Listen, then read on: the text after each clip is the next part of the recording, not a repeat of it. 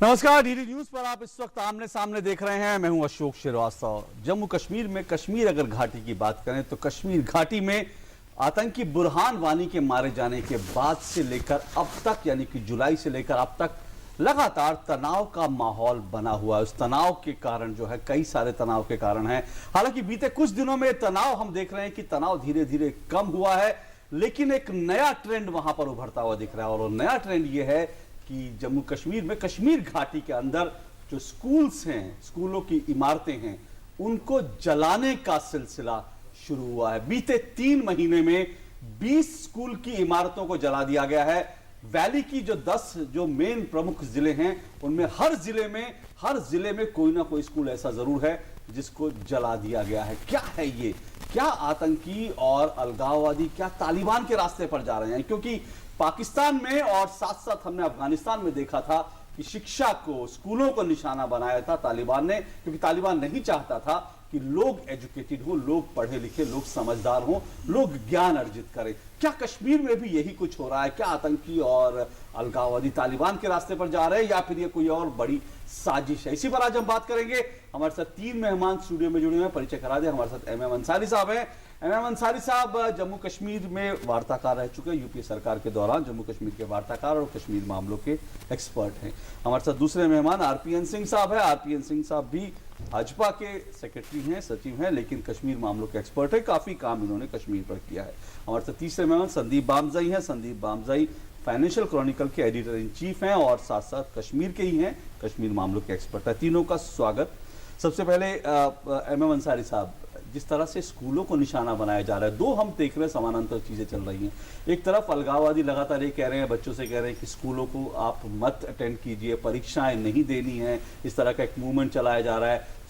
स्कूलों के बच्चे तख्तियां लेकर खड़े हैं कि हम परीक्षाएं नहीं देंगे, और दूसरी तरफ हम दे रहे हैं स्कूल की इमारतों को जलाया जा रहा है। ये क्या ट्रेंड है? देखिए, इससे 2 बड़े सवाल उठकर आते हैं कि आखिर इन स्कूलों को क्यों जलाया जा रहा है और इसके पीछे कौन लोग हैं।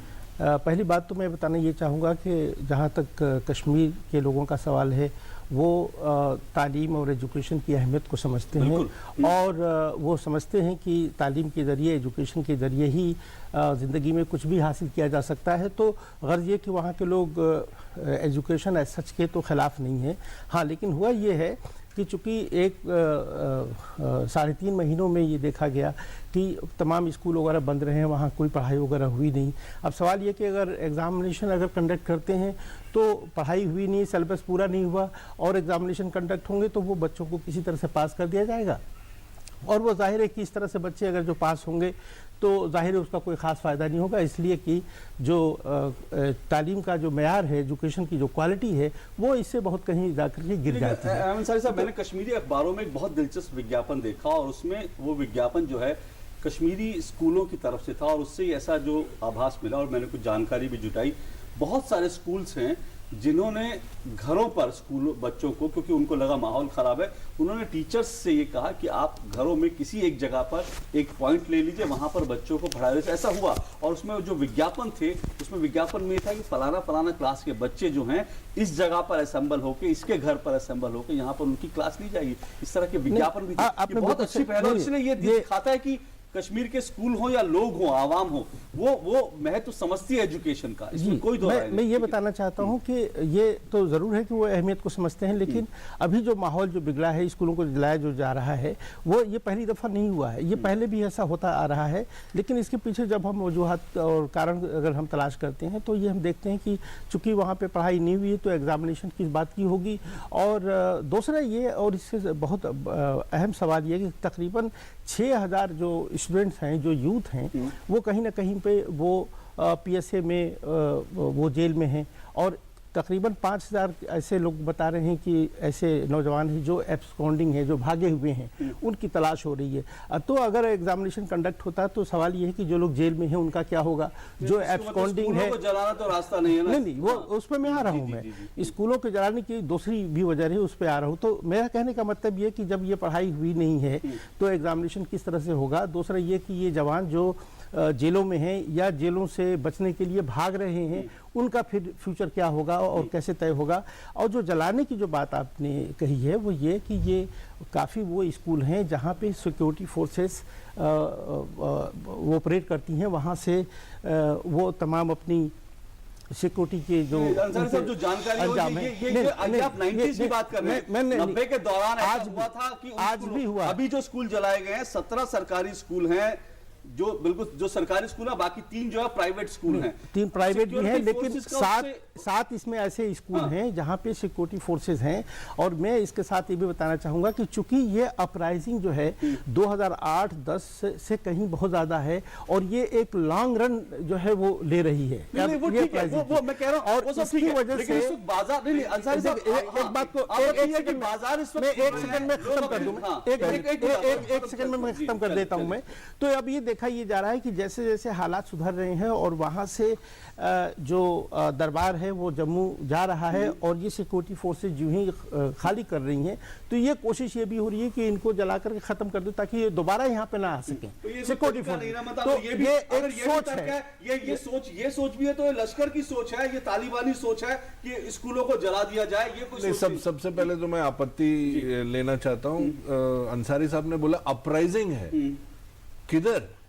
कश्मीर में अपराइजिंग है, मतलब a handful of people are planning the agenda of what needs to be done in the valley, तो उसको आप अपराइजिंग तो बोल नहीं सकते ना। ठीक है। अच्छा, और दूसरी चीज, अगर आप कश्मीर रिसेंटली गए हैं तो 2 इंडस्ट्री हैं जो बूम कर रही हैं कश्मीर में, एजुकेशन और कंस्ट्रक्शन। बिल्कुल, हर जगह स्कूल खुल रहे हैं, हर जगह स्कूल ये मदरसा नहीं है, ये स्कूल है प्राइवेट।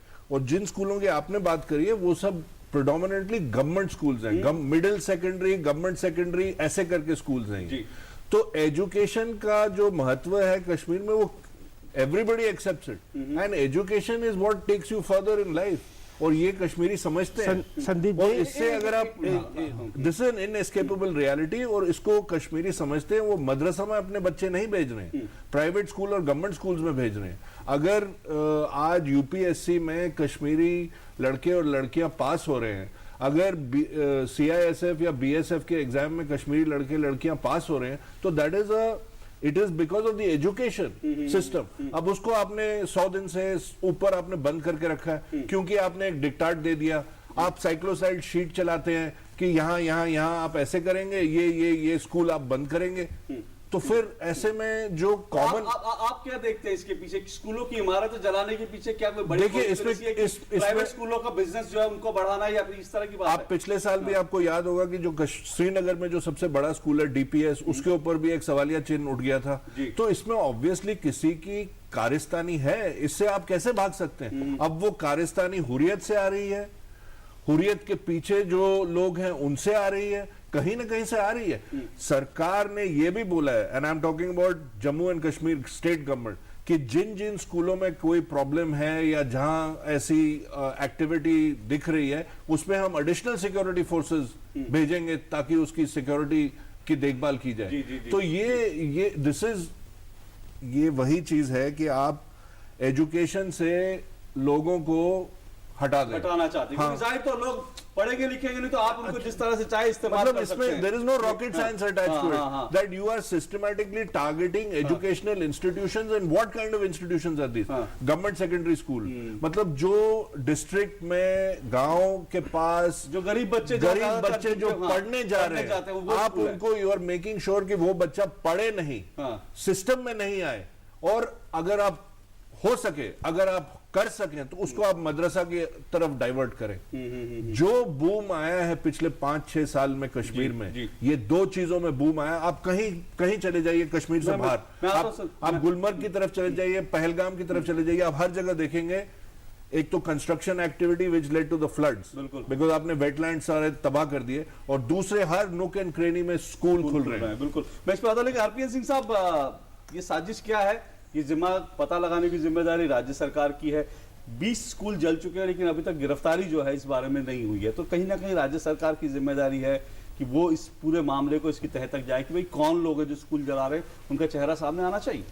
पहली बात तो मेरा नाम आरपी सिंह है। माफ कीजिएगा, कोई माफ कीजिएगा, बात जी, नहीं, हो जी, जाता है कोई बात। दूसरी बात, मैं सोच रहा था अंसारी साहब जब बोल रहे थे, मैं सोच रहा था कि कैसी बात अंसारी साहब कर रहे हैं। अंसारी साहब ने आपकी बात, इस बात के जवाब देते थे कि 20 स्कूल जलाएगा, उस पर जवाब नहीं, बाकी सब कुछ बताने की कोशिश की।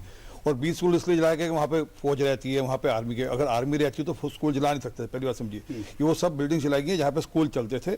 वहाँ आर्मी होती तो किसी की हिम्मत हो स्कूल, अगर बीच में आर्मी का कैंप हो और स्कूल जला देंगे, ऐसी हिम्मत कर नहीं सकता कोई, पहली बात। और आर्मी उसका रिटेलिएशन भी कर सकती है, आर्मी उसको तुरंत पकड़ भी लेती। खैर, अंसारी साहब का अपने एक पॉइंट ऑफ व्यू, उनका एक बैकग्राउंड से आते हैं, एक परिप्रेक्ष्य उनका है, उसमें वी कैन डिनाई हिम। पर हकीकत ये है कि ये जो पिछले दिनों में पाकिस्तान के माध्यम से जिस प्रकार से ये तालिबानी सोच कश्मीर में लाकर, और हम लगातार कह रहे हैं वहाँ पर ये झगड़ा कश्मीर का नहीं है, ये झगड़ा पीछे से आ रही जो तालिबानी सोच है उसका है। वहाँ पे जो जब लगता है हमको चाहिए आज़ादी, इंशाअल्लाह, अल्लाह इला इल्ला नारे लगते हैं वहाँ पर, वो दिखते हैं कि वो तालिबानी सोच के कारण से लग रहे हैं। वो आज़ादी का नारा नहीं है, वो किस प्रकार की आज़ादी चाहिए उसको भी डिफाइन करते हैं वो। तो वो जिस प्रकार की आज़ादी चाह रहे हैं उसका ये उस स्टेप की तरफ बढ़ना चाहते हैं वो। हाँ, मैं मानता हूँ उसमें स्टेट गवर्नमेंट उसमें एक्शन लेना चाहिए। स्टेट गवर्नमेंट उसको तुरंत उस पर कुछ कार्रवाई हुई है। कुछ लोग जो मेरी जानकारी में पिछले 2 दिन में उसमें कुछ पकड़ धकड़ शुरू हुई है। और ये कहना कि वहाँ पे 6000 लोग बंद हैं, 5000 लोग बंद हैं, ये सब ये जितना प्रोपेगेंडा अंसारी साहब टीवी के आज इस माध्यम से कर रहे हैं, मैं माफी चाहूँगा अंसारी साहब, आप कृपा कर जो बोले उसके डॉक्यूमेंट और एविडेंस अगली बार लेकर मैं इस पर आपसे एक एक इशू पर डिबेट कर लूँगा जी। कि आप कह रहे हैं 5000 लोग बंद हैं और 6000 लोग बंद हैं और 6000 लोग भागे हुए हैं, कृपा कर एग्जैक्ट डेटा लाइए और उसके मैं आपको एग्जैक्ट थाने के वाइज आपको डिटेल दे दूंगा। इशू बड़ा ये है कि आज सोच वहाँ पर जो चल रही है, जिसकी बात अभी बता रहे थे कि वहाँ पर जो हुर्रियत के लोग हैं, जो बाकी लोग हैं, जो एजेंडा तय कर रहे हैं, जो अपनी तरफ से कोशिश कर रहे हैं कि हम कश्मीर के बच्चों को उनके भविष्य से अलग कर दें। हम कश्मीर के बच्चों का जो कह रहे हैं कि आज एजुकेशन एक बड़ा सेगमेंट बन गया था, लोग जा रहे थे। और आप ध्यान करिए, अभी जब आतंकवादी आए थे उन्होंने कहाँ कर उन्होंने अपना शिरक और 2 बार किया स्किल डेवलपमेंट सेंटर पर, उसको तोड़ने की कोशिश ये थी कि हम इस स्किल डेवलपमेंट सेंटर को तबाह कर दें और आर्मी उसको एंटर करने की कोशिश करे तो उसको तोड़ देगी। तो उनकी पूरी कोशिश है किसी प्रकार से भी पढ़ाई और उससे साथ जुड़ा हुआ जो भी विषय है उसको हम तहस-नहस करें ताकि उनके हिसाब से चीज़ें वहाँ चलें। और उसमें दिक्कत यह है कि अंसारी साहब जैसे लोग उसमें मतलब ना चाहते हुए भी उसके हामी हो जाते हैं इस बात के कि नहीं वहाँ पर बड़ा जुल्म हो रहा है। ऐसा नहीं है, पर वहाँ पर जो हुआ उसको भी समझें, उसका बैकग्राउंड समझें। और ये नहीं कि कोई अभी की सरकार से हो रहा है, जब यूपी की सरकार से तब से हो रहा है, उससे पहले से हो रहा है। हाँ, उसको ठीक रास्ते पर लाना। और ये दिख रहा है कि सरहद पार से सब चीज़ें हो रही हैं। मैम, ये महत्वपूर्ण बात है, लेकिन सबसे बड़ी बात जो है, जो मैंने शुरुआत में उठाई कि क्या कश्मीर का वैली का तालिबानीकरण करने की कोशिश हो रही है। हालांकि इस पर 2 मत हैं और अंसारी साहब ने अपनी बात रखी, पर संदीप बामजई और साथ साथ आरपी सिंह साहब ने अपना अलग मत रखा। इस चर्चा को, इस बहस को आगे बढ़ाएंगे इस ब्रेक के बाद।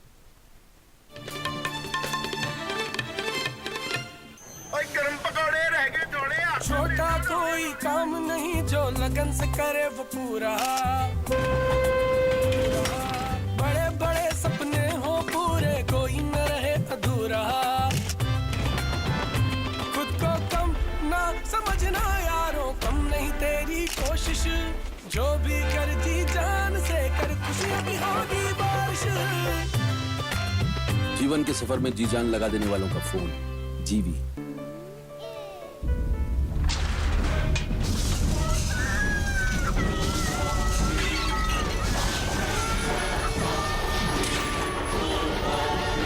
क्या आपका फ्लैट भूकंप से सुरक्षित है? नया फ्लैट खरीदते वक्त किसी स्ट्रक्चरल इंजीनियर से सलाह लें। क्या यहाँ सॉइल टेस्टिंग किया गया है? क्या घर नेशनल बिल्डिंग कोड के मुताबिक बना है? याद रहे, घर सुरक्षित तो आप सुरक्षित। आपके हित में तत्पर एनडीएमए। बचपन में पेड़ चढ़ना अच्छा लगता था, बड़ी हुई तो सब चाहते थे कॉर्पोरेट लैडर चढ़ जाऊं। कुर्सी पर बैठे इनविजिबल सीढ़ियां चढ़ना नॉट माई स्टाइल। मुझे पसंद है टेक्नोलॉजी और पहाड़ चढ़ना, and this is the only job जो मुझे दोनों करने देता है। It's lonely at the top but the view it's incredible. हम है भारत के सबसे एक्साइटिंग वर्क प्लेस और हम दे रहे हैं आपको एक ऑफर। भारतीय सेना, आम नहीं ये जिंदगी। आप समझ क्यों नहीं रहे? वो बहुत परेशान करते हैं मुझे, रैगिंग के नाम पे टॉर्चर करते हैं। सीनियर्स रैगिंग नहीं करेंगे तो तुम स्मार्ट कैसे बनोगे? तुम्हारा कॉन्फिडेंस कैसे बढ़ेगा? Be a man. I am sorry बेटा, आई एम रियली सॉरी। आपके बच्चे की छोटी सी शिकायत किसी बड़ी मुसीबत का पैगाम हो सकती है, उसे नजरअंदाज ना करें। Don't ignore, take action. These days, it's important to have an updated resume. Here's mine. Praful Kumar, Major Praful Kumar, Para Special Forces. 3 years served in a hostile zone. Tough assignment. Special service in J&K. Made some friends there. Combat free fall specialist. Willing to shed blood. As you can see, I wear my heart on my sleeve and my resume on my uniform. Which other company lets you do that? We are India's most exciting workplace, and we are making you an offer. The Indian Army. Live a life less ordinary. Bachchan ji, बोलिए बच्चा जी। आपने वो film जादूगर की थी ना? ना की थी। तो मुझे जादू दिखाइए। अच्छा। ये देखो, मैं यहाँ पत्थर मारूंगा, यहाँ से कबूतर चिड़िया सब निकलेंगे। ये हो गया, देखो कबूतर चिड़िया सब उड़ गए। बच्चन जी। हाँ जी। बस इतना ही? हाँ, और क्या? अब मेरा जादू देखिए। ये वाला पत्थर वहाँ मारूंगा और इंसान निकलेंगे। इंसान? हाँ, इंसान। देखो। अरे कौन है भाई? देखो, देखो। अरे यार, क्यों तुम लोग गांव की इज्जत पे धब्बा लगा रहे हो? बाहर से लोग आएंगे तो क्या सोचेंगे? स्वच्छ भारत अभियान के अंतर्गत भारत सरकार जो है वो शौचालय बनाने में मदद कर रही है। तो आप भी अपने घर में शौचालय बनाइए, परिवार को उसका इस्तेमाल करवाइए। अच्छा, मेरी नहीं सुनते हैं तो कम से कम ये समझदार आदमी की तो सुन लीजिए।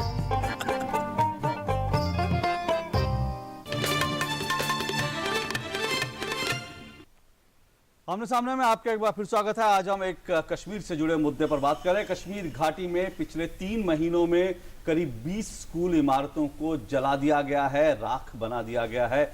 आखिर क्यों ये हो रहा है? क्या ये कश्मीर का तालिबानीकरण करने की कोशिश है? इस पर हम बात कर रहे हैं। हमारे साथ एमएम अंसारी साहब जुड़े हुए हैं, आरपी सिंह साहब जुड़े हुए हैं और संदीप बामजे। संदीप, आप कुछ कहना गए थे ब्रेक पे जाने से पहले, लेकिन मैं आपके पास आऊँ उससे पहले अंसारी साहब, स्कूलों पर हमला उससे पहले हमने देखा वैली में आज भी कोई सिनेमा घर नहीं है, किसी सिनेमा घर को चलने नहीं दिया जाता। हालांकि सब लोग सिनेमा देखते हैं, घरों में देखते हैं, टेलीविजन पे देखते हैं, डीवीडीज पे देखते हैं, पर सिनेमा घर नहीं चलने, सिनेमा हॉल नहीं चलने दिया जाएगा। और अब स्कूलों की इमारत, तो ये तो तालिबानीकरण है ना एक तरह से।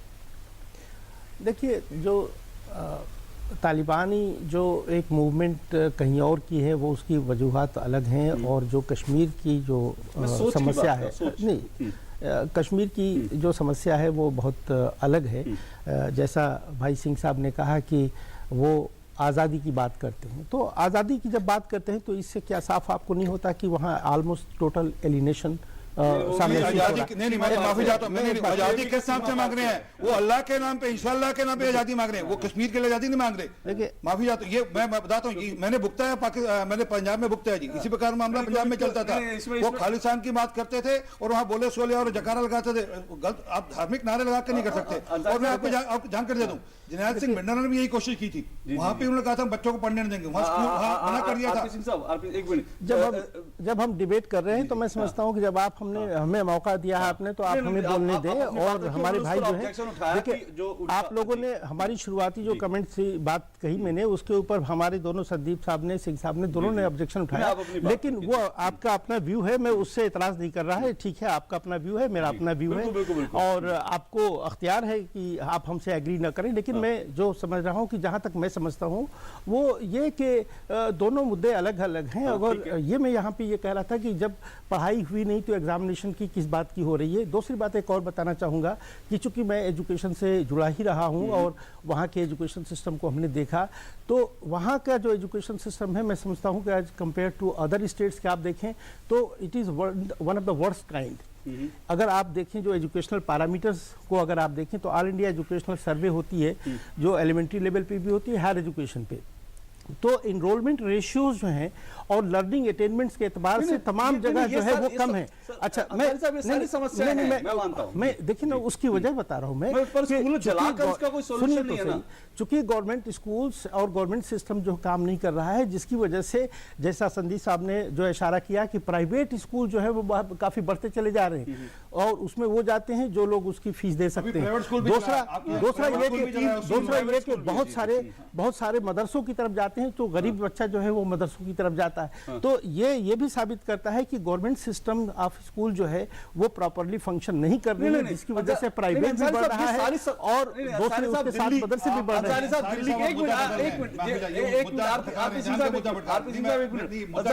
अंसारी साहब, इसमें कोई दो राय नहीं, सरकारी स्कूल चाहे दिल्ली के हों, आप कश्मीर की बात कर रहे हैं, मैं कह रहा हूं दिल्ली के सरकारी स्कूल, राजधानी दिल्ली के सरकारी स्कूल किसी पैरामीटर पर खड़े नहीं उतरते। और सरकारी स्कूल और देश के कोई सरकारी स्कूल, कई जगह से शिकायतें आती है कि वहां पे जो 5वीं में बच्चा पढ़ रहा है वो दूसरी के सवाल हल नहीं कर सकता। मुद्दा ये नहीं है सर, मुद्दा ये है कि घाटी का तालिबानीकरण करने की कुछ लोग कोशिश कर रहे हैं। सिनेमा हॉल नहीं चलने देंगे, औरतों को बुर्का पहनना पड़ेगा, या फिर ये कहेंगे कि स्कूलों को जला दिया जाएगा। आईएएस जो अधिकारी बनते हैं उनके खिलाफ जिस तरह का माहौल वहां पे बनाया जा रहा है कि ये कहा जा रहा है कि ये लोग जो हैं, ये लोग सरकार के दलाल हैं जो कि कश्मीरी लोगों पर बुलडोजर, इस तरह के अखबारों में लिखे हैं आर्टिकल आईएएस अधिकारियों के खिलाफ जो कश्मीर से निकले हैं। तो ये साफ है कि वो नहीं चाहते कि कश्मीर के लोग आगे बढ़ें, उनका तालिबानीकरण करने की कोशिश है। सर मुद्दा ये है, देखिए तालिबानीकरण जो हो रहा है, सिंह साहब की सरकार चल रही है, आप इनसे पूछिए ना कि आखिर क्यों अपनी सरकार में क्यों चला रही है।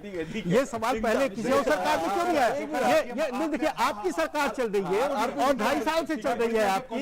शुक्र आपने माना, शुक्र आपने माना कि वहाँ टेलीविजन हो रहा। अब तक तो आप ये मानने को तैयार नहीं थे कि वहाँ आपने सब कुछ गिना दिया, वहाँ स्कूल अच्छे नहीं, वहाँ बच्चे अच्छे नहीं। अब वो कह रहे हैं आपकी सरकार को वहां पर ये ताकत देखना है। तो क्या आपकी सरकार तालिबानीकरण कर रही है वहां पे, ये सवाल है।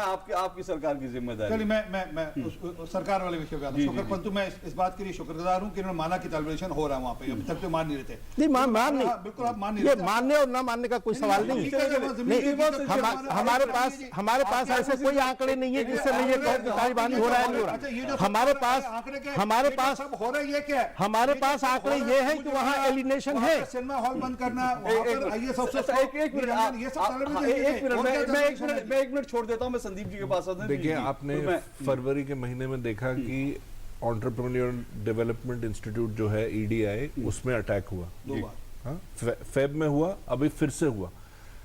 फेब के टाइम पे 2 स्पेशल फोर्सेस के ऑफिसर्स उसमें मारे गए। बिल्कुल। उसमें किसको बचाया गया? सैयद सलाउद्दीन के बेटे को। हाँ, why is EDI so important? Pampore में जो EDI है वो क्यों इतना इंपॉर्टेंट है? Because it is a symbol of education, it is a symbol of growth. इसीलिए उसको 2 बार, इस बार तो मतलब 3 दिन गन बैटल चला, जिसमें फाइनली उनको सबड्यू करने के लिए रॉकेट लॉन्चर ये वो सब इस्तेमाल करे गए। But the point I am making is कि जो आप स्कूल की बात कर रहे हैं उसी को आप एक्सटेंड करिए कि EDI को क्यों टारगेट किया जा रहा है, इसी वजह से किया जा रहा है। अब आप जो तालिबानी कल्चर के बारे में बात कर रहे हैं वो एक रियलिटी है, उससे आप you can not shy away from it. Religious Islam जो है, जमाते इस्लामी कश्मीर में बहुत सालों से है। सैयद अली शाह गिलानी आज हुर्रियत के हॉक है, वो MLA भी थे, इलेक्टेड भी थे, और उससे पहले जमाते इस्लामी के लीडर थे। तो वो, अब आपको मैं सैटानिक वर्सेस के टाइम पे ले जाता हूं, तब भी एक माहौल बना था कश्मीर में, हाहाकार मची कि सलमान रुश्दी हाय हाय ये वो, आई चली गई, खत्म हो गई, दफन हो गई, लाइफ वेंट ऑन। तो religious Islam has become political Islam, not just in Kashmir, all over the world. Religious Islam is becoming political Islam. और जो political Islam अब कश्मीर में आया है, उसी के चलते हुए ये सब चल रहा है।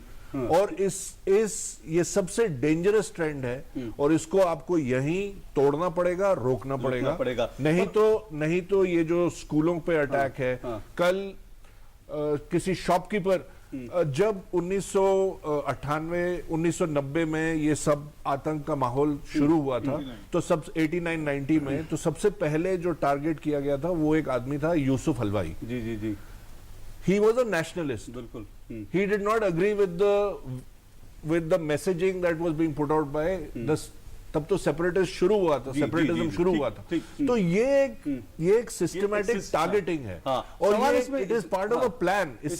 इससे आप भागे नहीं, ये प्लान है, एक ये षड्यंत्र है। लेकिन सवाल है कि षड्यंत्र को रोकने की जिम्मेदारी आरपी सिंह साहब सरकार की है। अब आप लोग सरकार में हिस्सेदारी है आपकी, जाहिर तौर पर अगर तालिबानीकरण हो रहा है तो उसको रोकने की जिम्मेदारी आपकी है। बिल्कुल, मैं मानता हूं हमारी है, और उस पर कोशिश भी है।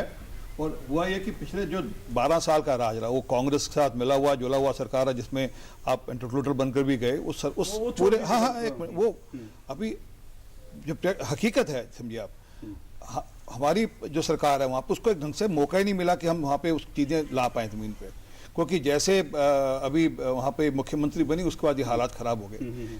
और मैं मानता हूँ ये सबका सब उसी तरफ दिशा में कोशिश है कि कहीं से भी वो जो अटेम्प्ट है वहाँ पे नीचे चीज़ें डिलीवर करने की हुआ, जो हकीकत मानना चाहते हो, जो एलिनेशन की बात करते हैं, एलिनेशन का कारण है कि जो पिछली सरकारें रहीं उनको जो डिलीवर करना चाहिए था, जो सेंटर से जा रहा था उसको डिलीवर नहीं किया ज़मीन के ऊपर, उनको यूथ को, वहाँ के लोगों को, वहाँ की सड़कों के लिए, वहाँ पे रोजगार के लिए जो डिलीवर करना था डिलीवर करनी, अपनी जेबें भरकर अपने मकान बनाए बाहर विदेशों में।